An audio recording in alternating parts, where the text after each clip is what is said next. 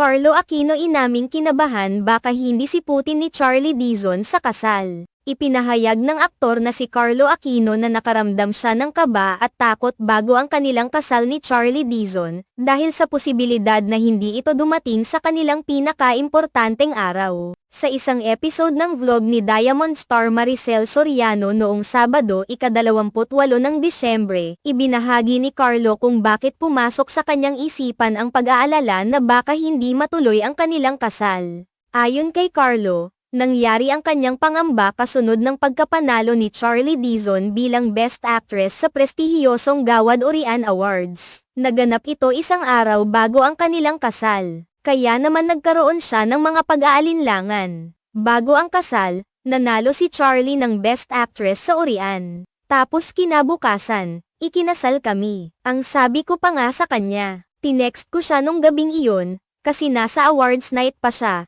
Kwento ni Carlo. Tinatanong ko siya, tutuloy ka ba sa kasal? Kasi syempre, natatakot ako. Nandoon na ako sa venue. Baka hindi ako siputin ng misis ko. Pero, syempre, dumating naman siya, dagdag pa niya, sabay tawa. Bagamat ito'y isang biro na nagdulot ng kasiyahan sa mga nakikinig. Malinaw na ipinapakita ni Carlo ang kanyang kalungkutan at mga takot sa kabila ng kasiyahan na dulot ng kanilang mga tagumpay. Ang pangyayaring ito ay isang halimbawa ng karaniwang alalahanin ng mga tao kahit pa sa isang espesyal na araw ng kanilang buhay. Ang pagsasama nila ni Charlie ay puno ng mga makulay na karanasan.